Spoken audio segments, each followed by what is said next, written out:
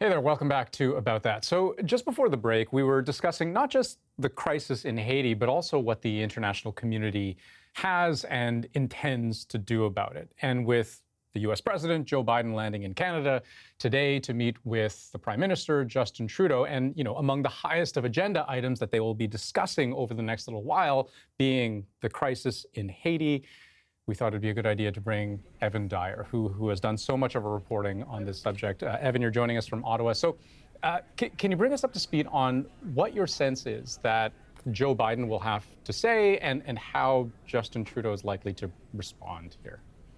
Sure, Andrew. Well, the pattern so far has been that the United States is pressing Canada to take an active role in some kind of intervention force, to lead an actual sort of boots-on-the-ground mission to battle the gangs in the streets of Port-au-Prince. And Canada has been consistently pushing back against that idea, saying that it wants to take two different approaches, neither of which involve sending a major mission to Haiti. One is to strengthen the Haitian National Police, which is the only security force Haiti has. It has no army, none to speak of anyway.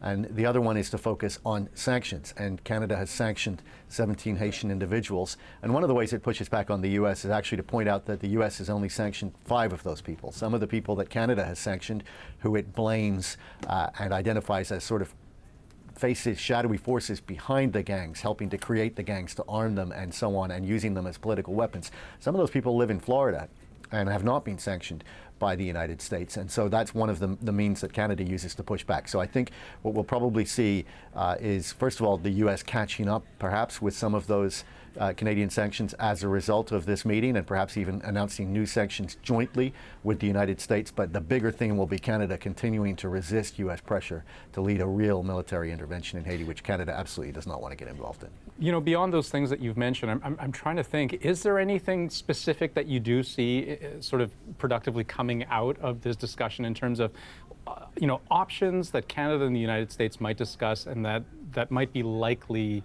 outcomes here? So, some kind of option on the table that maybe you or I haven't thought of yet.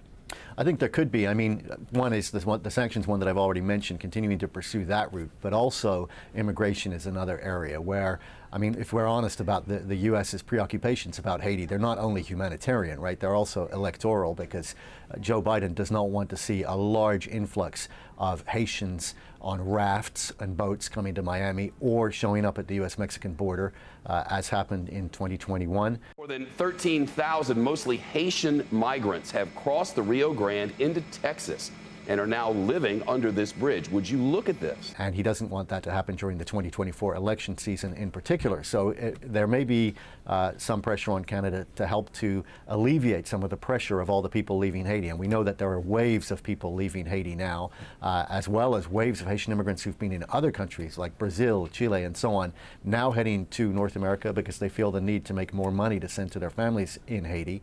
And so that it's possible that Canada might do something similar to what the United States has already done, which is to open a legal pathway so that more Haitians can come to Canada. But I mean, I must say that has major drawbacks. In fact, one of the things we've seen is Haitians responding to the U.S. parole system, a legal pathway created for Haitians. And many of the people who are applying are the very Haitian police officers who Haiti can least afford to lose. And in a way, these programs tend to be, more of a brain drain on Haiti, leaving the country weaker than ever before. Evan, speaking of police forces, is there any progress in this idea of establishing some kind of a multinational police force, maybe led in some capacity by Canada, but essentially made up predominantly of surrounding countries, more geographically close to Haiti? Any progress there? There are 2 countries that have said that they would participate in a force. That's the Bahamas and Jamaica. But between the 2 of them, they have only a fraction of Haiti's population and would be completely incapable of providing the kind of numbers you would need. So they would be willing to attach themselves to a larger force, but it's that larger force that doesn't exist. Canada has expressed no willingness to do this, and nor has any other country. France has explicitly said it won't send a single person to Haiti for such a force, for example. So even the 2 countries that have offered, of course, could never spare all of their security forces, particularly Jamaica, which actually just declared an emergency in 2 of its own districts to fight gangs on its own island. So it can really only afford to spare a small number of its already fairly small security forces. And one of the problems in the Caribbean is that when we look at countries like the members of the CARICOM, the Community of nations of the Caribbean. Haiti is much bigger than the other island nations down there. I mean, Haiti is only one of 15 nations in CARICOM, but it's got 2/3 of the people in CARICOM. So you would really be asking much smaller countries to rescue a much bigger country, and they just don't have the forces to do that. So Evan, while the international community sort of scratches its collective head trying to figure out what to do next, how to solve what feels like an impossible situation, I mean, how bad do things get on the ground in Haiti? I'm trying to figure out what the breaking point is, and even what happens when we hit that breaking point. I mean, one of the things that you find speaking to Haitians is that they will say, you know, we keep wondering when we hit bottom, and we thought things could never get this bad, and then we wake up the next day and they're even worse. Violent protests have persisted for months, and many Haitians are angry that the government can't keep them safe. We've been suffering for a long time. People are dying of bullets. My mother, my child, and my sister. We will not be able to continue. And this month has been the worst in terms of security in Haiti ever. March has seen certainly well over 200 documented murders, and we believe the number would be much higher just in the city of Port-au-Prince. Hundreds of kidnappings.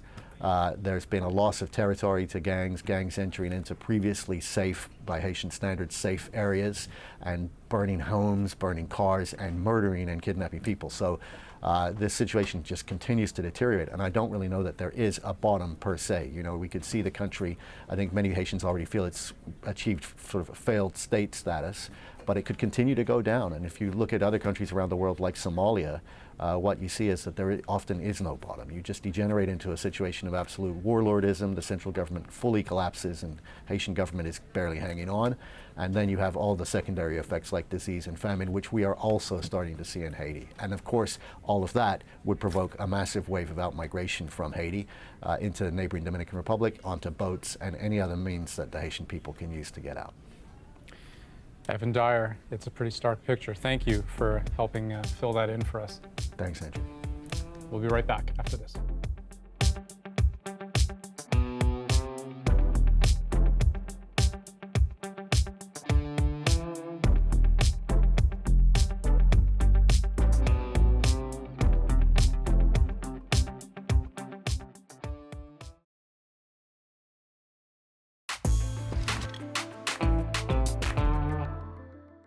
Outside intervention, as we've done in the past, hasn't worked to create long-term stability for Haiti.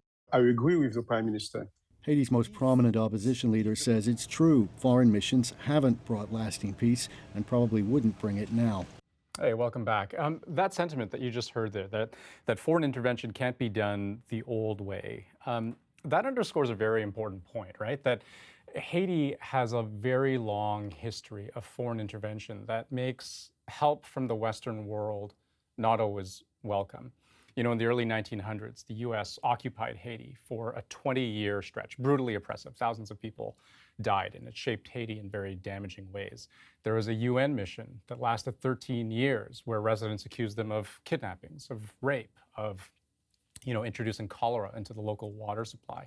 That's why there's such a big emphasis on Caribbean countries being part of the solution, because who better than them, right, to have the local interests sort of most genuinely at heart. Who else but Haitians themselves, I suppose. Thanks for watching. I'm Andrew Chang. We'll see you tomorrow.